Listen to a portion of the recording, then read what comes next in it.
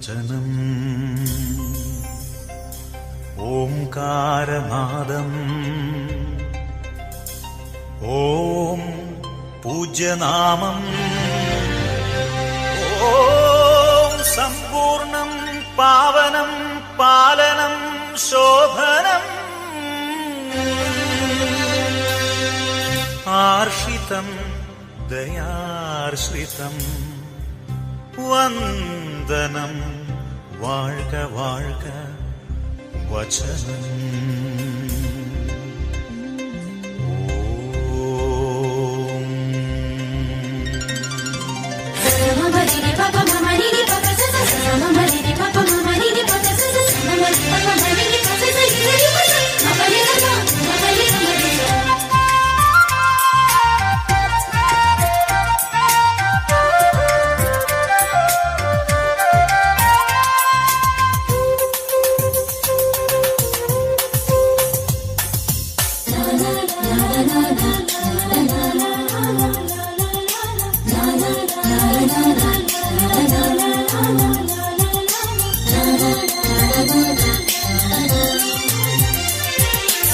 आदिस्वरूपं तेजस्वरूपं आदि अनादि स्वभावं आदिस्वरूपं तेजस्वरूपं आदि अनादि स्वभावं मृदुचलनं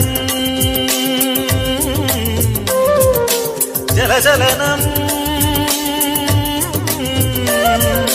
मृदुचलनं जलचलनं वचनं विरियुगयाय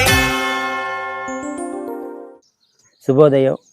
శుభోదయం మాస్టర్ గారు. Praise the lord. Praise the lord. సంస్థ స్థాపకురాలు దైవ సేవిక మదర్ జ్ఞానమ్మ గారి 150వ వర్ధంతిని పురస్కరించుకొని జూబిలీ వేడుకలు ఘనంగా జరుపుకుంటున్న శుభ సందర్భంలో మిమ్మల్ని ఇంటర్వ్యూ చేయటం చాలా ఆనందంగా ఉంది. ఇది ఒక చారిత్రాత్మక సంఘటన, అందరూ ఆనందించవలసినటువంటి సమయం. చరిత్రను, సంస్థ వారసత్వాన్ని నెమరు వేసుకునేటటువంటి సమయం. మీరు సమయాన్ని వెచ్చిస్తున్నందుకు మీకు కృతజ్ఞతలు. అసలు జ్ఞానమ్మ గారు ఎవరు? ఆమెను ఇంతగా మీరు గౌరవించటానికి, జ్ఞప్తికి తెచ్చుకోవటానికి కారణం ఏమిటి? మదర్ జ్ఞానమ్మ గారు విశ్వశ్రీ సభలో తెలుగు జాతి ఔన్నత్యాన్ని చాటినటువంటి ధన్య ఆత్మ. సేవాభావానికి ప్రతీకగా నిలిచిన వారు. తమ సేవల ద్వారా మద్రాసులో సెయింట్ ఆన్స్ మాధవరం మరియు ఆంధ్రప్రదేశ్లో సెయింట్ ఆన్స్ పెరంగిపురం అనే 2 సంస్థలను స్థాపించారు. 1819వ సంవత్సరంలో గుంటూరు జిల్లాలోని పెరంగిపురం అన్నటువంటి గ్రామంలో వీరు జన్మించారు. తమ విశ్వాసపూరితమైనటువంటి జీవితం, ధైర్యం మరియు త్యాగంతో అనేకులను స్ఫూర్తిగా నిలిచారు. 5గురు మగ సంతానానికి తల్లిగా ఉన్నవారు. 38వ సంవత్సరంలో భర్తను కోల్పోయినప్పటికీ ఆ దుఃఖాన్ని ఆశయంగా మలుచుకొని ఆడపిల్లల విద్య కోసం తమ జీవితాన్ని అర్పించారు. అనాథలు, విధవలు మరియు పేద బాలికల కోసం వారు చేసిన సేవలు అసాధారణమైన స్ఫూర్తిని అందిస్తాయి. జ్ఞానమ్మ గారికి చిన్నతనంలోనే సేవ చేయాలనేటువంటి ప్రేరణ ఎలా కలిగింది? మదర్ జ్ఞానమ్మ గారి తల్లిదండ్రులైన గాలి రాయన్న, మరియమ్మ గారు గాఢమైన విశ్వాసం కలిగిన కథోలిక కుటుంబానికి చెందినవారు. వారి నుండి జ్ఞానమ్మ గారు లోతైన విశ్వాసం మరియు భక్తిని స్వీకరించారు. వారిని పెరంగిపురం కథీడ్రల్ దేవాలయ ఉపదేశకుడైన తాడిపత్రి ఇన్నయ్య గారితో వివాహం చేశారు. వారు ప్రతిరోజు దివ్య పూజా బలిలో పాల్గొని దివ్య సంస్కారాల పట్ల శ్రద్ధ చూపేవారు. క్యాథలిక్ విశ్వాసంతో దగ్గరగా పెరిగిన వారు సేవ, భక్తి, ఉదారత మరియు కరుణ వంటి మానవీయ విలువలను అలవర్చుకున్నారు. భర్త మరణం ద్వారా అన్నీ కోల్పోయినప్పటికీ నిరాశకు లోగకుండా దేవుని పిలుపును స్వీకరించి పరిశుద్ధాత్మ ప్రేరణతో ముందుకు సాగారు. జ్ఞానమ్మ గారి సేవా జీవితం, ఆమె యొక్క సేవా జీవితం కార్యరూపం దాల్చడానికి ప్రేరణ ఎవరు? భర్త అకాల మరణం తర్వాత 1860 సంవత్సరంలో పిల్లల భవిష్యత్తు కోసం మద్రాసులోని కిలచ్చేరి గ్రామానికి వెళ్ళారు జ్ఞానమ్మ గారు. అక్కడ విచారణ గురువులైన ఫాదర్ ఫ్రాన్సిస్ ఆరోగ్యనాథర్ గారిని కలిశారు. ఈ సమావేశం వారి యొక్క జీవిత దిశను మార్చివేసింది. విచారణలో వారు బాలబాలికలకు సత్యోపదేశ సంక్షేమాన్ని నేర్పించేవారు. అక్కడ బాలురకు మాత్రమే పాఠశాల ఉన్నప్పటికీ బాలికల పట్ల వివక్షం చూపడం, వాళ్ళను బానిసత్వానికి లోను చేయటం, వారిచే వెట్టి చాకిరి చేపించటం జరిగేది. దీనిని సవాలుగా స్వీకరించి తల్లి జ్ఞానమ్మ గారు బాలికల కోసం పాఠశాల స్థాపించాలని సంకల్పించారు. ఎన్నో అడ్డంకులు, అవరోధాలు, పేదరికం ఎదురైనప్పటికీ వారి దృఢ సంకల్పం, గొప్ప ఆశయం, వారి యొక్క ప్రార్థనా బలం వారిని ముందుకు నడిపించాయి. ఈ ఆధ్యాత్మిక పయనంలో ఫ్రాన్సిస్ ఆరోగ్యనాథర్ గురువు గారు సహకారిగా నిలిచారు. జ్ఞానమ్మ గారు మహిళల విద్యకు మరియు ధార్మిక జీవనానికి ఏ విధంగా సహకరించారు? 1863 మే 3వ తారీఖున జ్ఞానమ్మ గారు బాలికల కోసం సెయింట్ క్లేర్ అనేటువంటి తొలి పాఠశాలను స్థాపించారు. ఈ పాఠశాలలో బాలికలకు లౌకిక విద్య మాత్రమే కాక యేసు బోధనలు మరియు క్రైస్తవ విలువలను అందించేవారు. సమగ్ర వ్యక్తిత్వ వికాసానికి మార్గదర్శకంగా నిలిచారు. పేద ధనిక భేదం లేకుండా అందరికీ ఉచిత విద్యను అందించారు. అదే సంవత్సరం బాలికలకు ఒక వసతి గృహాన్ని కూడా స్థాపించారు. స్త్రీలు మరియు బాలికలు విద్యావంతులుగా, జ్ఞానవంతులుగా తీర్చిదిద్దబడాలని, స్వతంత్రంగా జీవించేలాగా చేయాలన్నటువంటి వారి దీర్ఘకాల ఆశయం నెరవేరటంలో వాళ్లకు అపార సంతోషం కలిగింది. జ్ఞానమ్మ గారి నాయకత్వ లక్షణాలు మరియు ఆధ్యాత్మికతను మీరు ఏ విధంగా నిర్వచించగలరు? మదర్ జ్ఞానమ్మ గారు అసాధారణ సుగుణాల సమాహారం. వారు ఎంతో ఉన్నత విలువలతో కూడినటువంటి జీవితాన్ని జీవించారు. ఆ విలువలను విద్యార్థులకు కూడా బోధించి తమ అనుచరులందరూ కూడా ఆ విధంగా ఉండాలని ఆశించారు. వారి జీవితం అష్టసూత్రాల సమగ్రహం. ఇవి వారు మాకు అందించినటువంటి అమూల్యమైనటువంటి రత్నాలుగా అని నేను భావిస్తాను. వారు జీవించినటువంటి 8 సూత్రాలలో ప్రథమం దేవునికి ప్రథమ స్థానం ఇవ్వాలి. రెండవది క్రీస్తు మన జీవితంలో కేంద్ర బిందువుగా ఉండాలి. 3 తిరుసభ పట్ల విశ్వాసపాత్రంగా జీవించాలి. 4 నిస్వార్థ జీవనం గడపాలి. 5 కన్యల పట్ల గాఢమైన ప్రేమ చూపాలి. 6 నిస్సహాయులు మరియు యువత పట్ల శ్రద్ధ చూపాలి. 7 సేవలో దృఢంగా, ధైర్యంగా ముందుకు సాగాలి. 8 జీవన విధానం సాక్షిభూతంగా ఉండాలి. సంస్థ స్థాపకురాలు, దైవ సేవిక మదర్ జ్ఞానమ్మ గారి 150వ వర్ధంతిని పురస్కరించుకొని మీరు చేస్తున్నటువంటి జూబిలీ వేడుకలను గురించి మాతో పంచుకోవటమే కాకుండా వారి యొక్క ఆశయాలను, సేవా తత్పరతను గురించి అనేక విషయాలను మాతో పంచుకున్నందుకు మీకు ధన్యవాదములు మదర్. అది నా జీవిత కర్తవ్యం. థ్యాంక్ యూ మాస్టర్ గారు. పరలోక సర్వేశ్వరా దైవ సేవకి జ్ఞానమ్మ గారి 150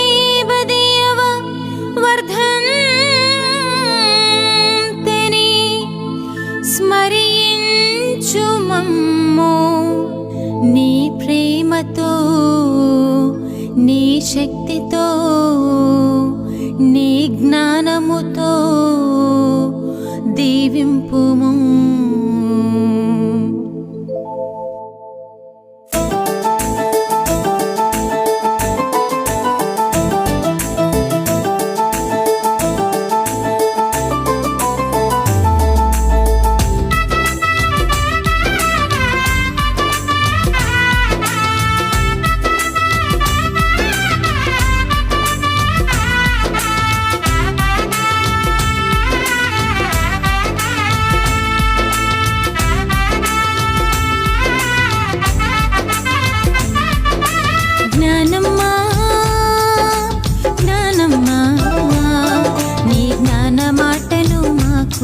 నేర్పించమ్మా జ్ఞానమ్మా, జ్ఞానమ్మా, నీ జ్ఞాన బాటలో మమ్ము నడిపించమ్మా. నీ మాటే మాకు మననం, నీ బాటే శాసనం. నీ మాటే మాకు మననం, నీ బాటే శాసనం. జ్ఞానమ్మా, జ్ఞానమ్మా, జ్ఞానమ్మా, మా అమ్మవు నీవమ్మా. జ్ఞానమ్మా, జ్ఞానమ్మా, జ్ఞానమ్మా, మా అమ్మవు నీవమ్మా.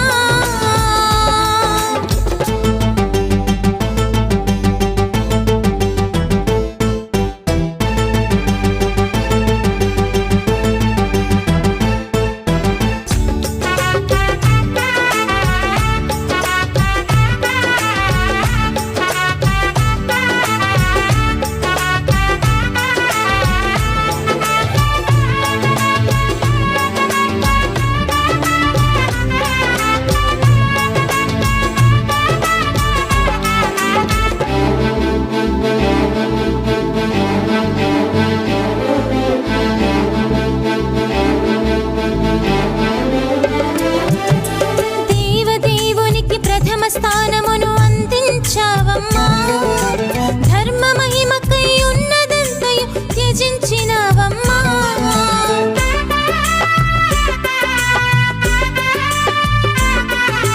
దేవదేవునికి ప్రథమ స్థానమును అందించావమ్మా. ధర్మ మహిమకై ఉన్నదంతయు త్యజించినావమ్మా.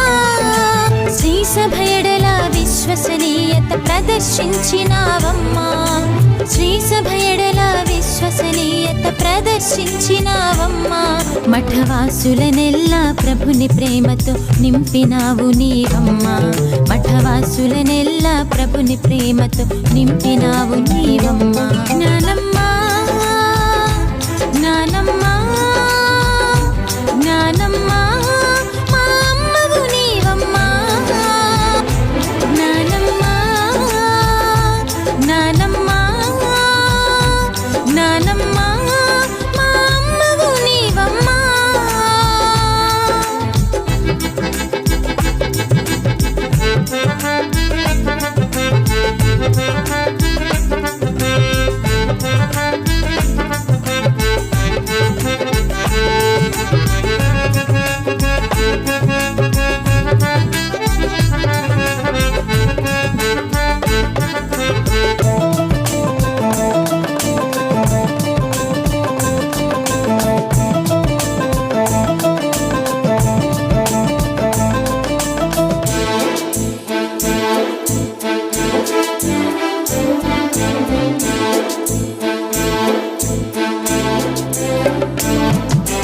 దయాగుణమును కరుణ క్రియలలో పలికించావమ్మా.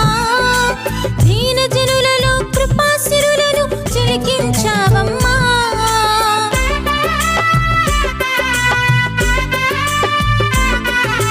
దయాగుణమును కరుణ క్రియలలో పలికించావమ్మా. దీన జనులలో కృపాసిరులను చిలికించావమ్మా. మనోక్షోభతో కృంగిన వారికి మమత పంచినావమ్మా. మనోక్షోభతో కృంగిన వారికి మమత పంచినావమ్మా. బలహీనులనెల్లా ఆత్మశక్తితో పంపినావు నీవమ్మా. బలహీనులనెల్లా ఆత్మశక్తితో పంపినావు నీవమ్మా. జ్ఞానమ్మా,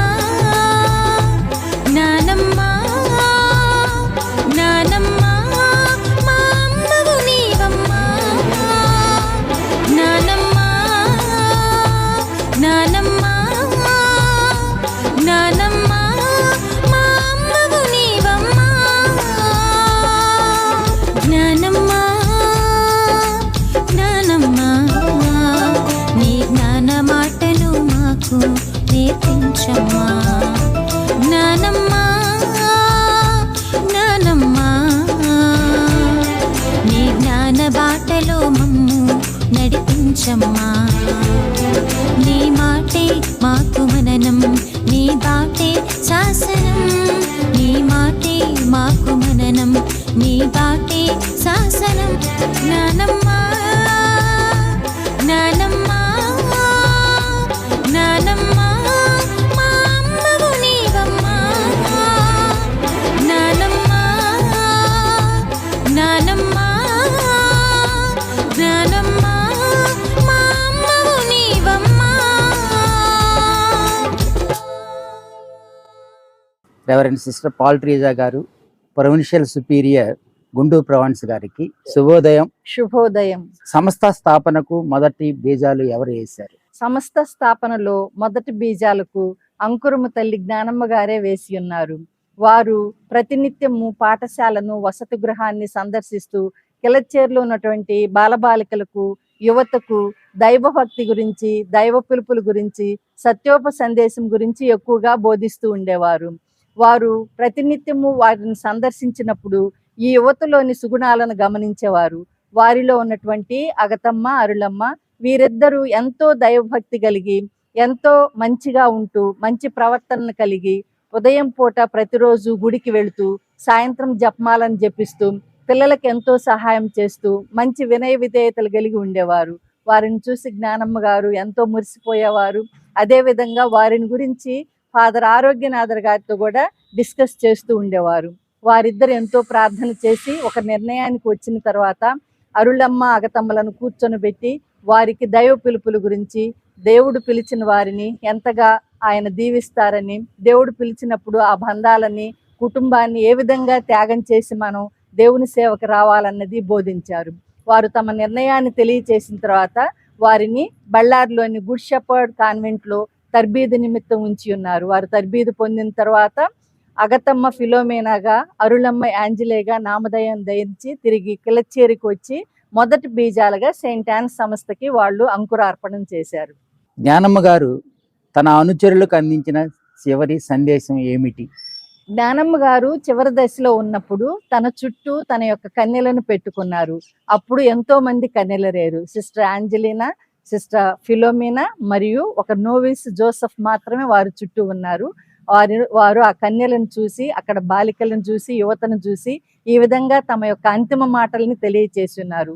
మొదటి మాటగా ఆమె ఏమి చెప్పారంటే, ఆమె ఖచ్చితంగా దైవభక్తి కలిగి ఉండాలని, దేవుని గురుత్వాన్ని పొందినటువంటి గురువులకు, అధికారులకు తప్పకుండా వినయ విధేయతలు కలిగి ప్రవర్తించాలని, విధేయతతో వర్తించాలని చెప్పారు. రెండవ మాటగా నిరుపేదలకు, బాలబాలికలకు ఎల్లప్పుడూ సహాయం చేయాలని, ముఖ్యంగా బాలికలకు సంరక్షణ, వసతిని కలిగించాలని, బాలికల యొక్క విద్యకు మనం కృషి చేయాలని కోరారు. మూడవ మాటగా ఆమె కష్టపడి పనిచేయాలని చెప్పారు. ఎప్పుడు కూడా దేవునిపై ఆధారపడమని, విదేశీయులు ఇచ్చే డబ్బుకు కానీ లేదా గవర్నమెంట్ ఇచ్చే డబ్బుకు కానీ ఆధారపడకుండా కష్టపడి పనిచేసి తమ కాళ్ళ మీద తాము నిలబడాలని తమ చివరి సందేశంగా వారికి తెలియజేసి ఉన్నారు.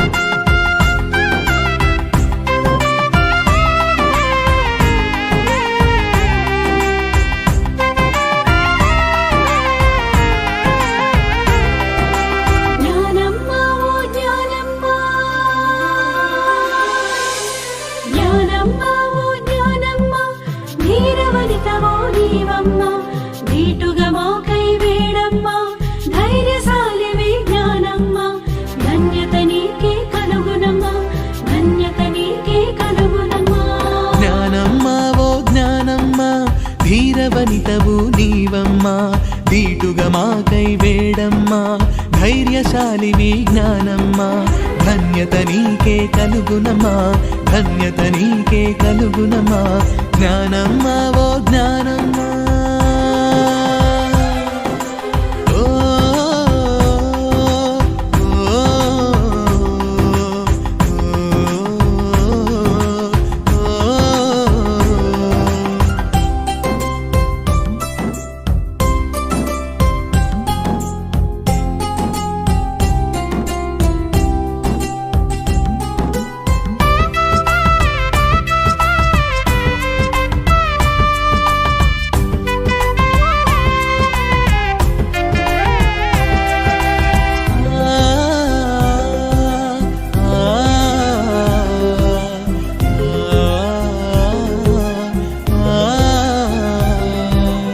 సజీవ దేవుని సహాయమందే నిరతం మీరు ఆధారపడుడని స్వయం కృషి సంపాదనయందే నిత్యం సేవలు చేయుడని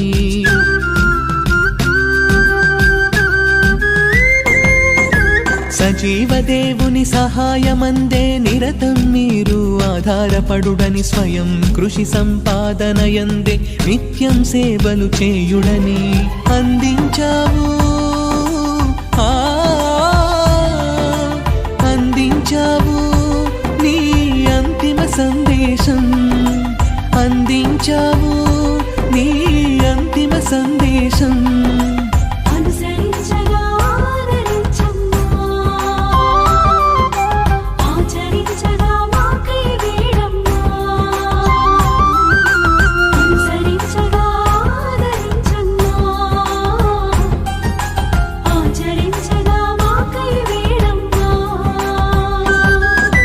జ్ఞానమ్మా ఓ జ్ఞానమ్మా ధీరవనితవు నీవమ్మా దీటుగా మాకై వేడమ్మా ధైర్యశాలివి జ్ఞానమ్మా ధన్యత నీకే కలుగునమా ధన్యత నీకే కలుగునమా జ్ఞానమ్మా ఓ జ్ఞానమ్మా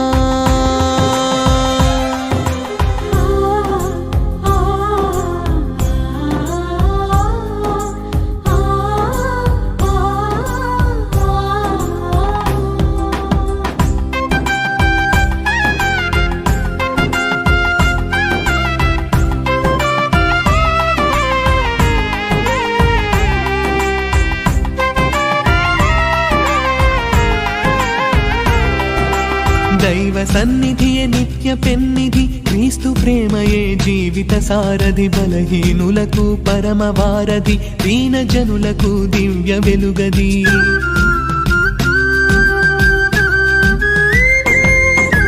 దైవ సన్నిధియే నిత్య పెన్నిధి క్రీస్తు ప్రేమయే జీవిత సారథి బలహీనులకు పరమ వారధి దీన జనులకు దివ్య వెలుగది నేర్పించావు నేర్పించావు నీ జీవిత సత్యం నేర్పించావు నీ జీవిత సత్యం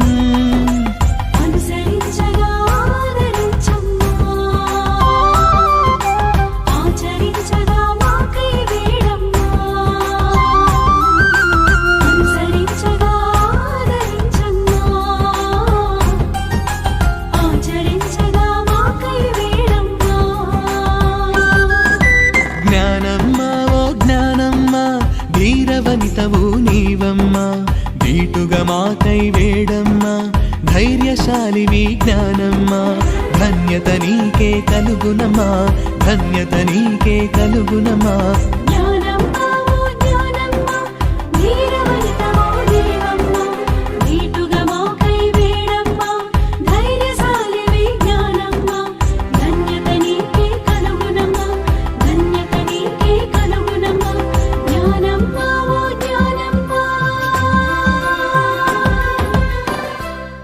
మరి మద్రాసులో స్థాపించబడినటువంటి పుణ్యత అన్నాంబ మఠ కన్యల సంస్థ ఫిరంగిపురానికి ఏ విధంగా వచ్చింది?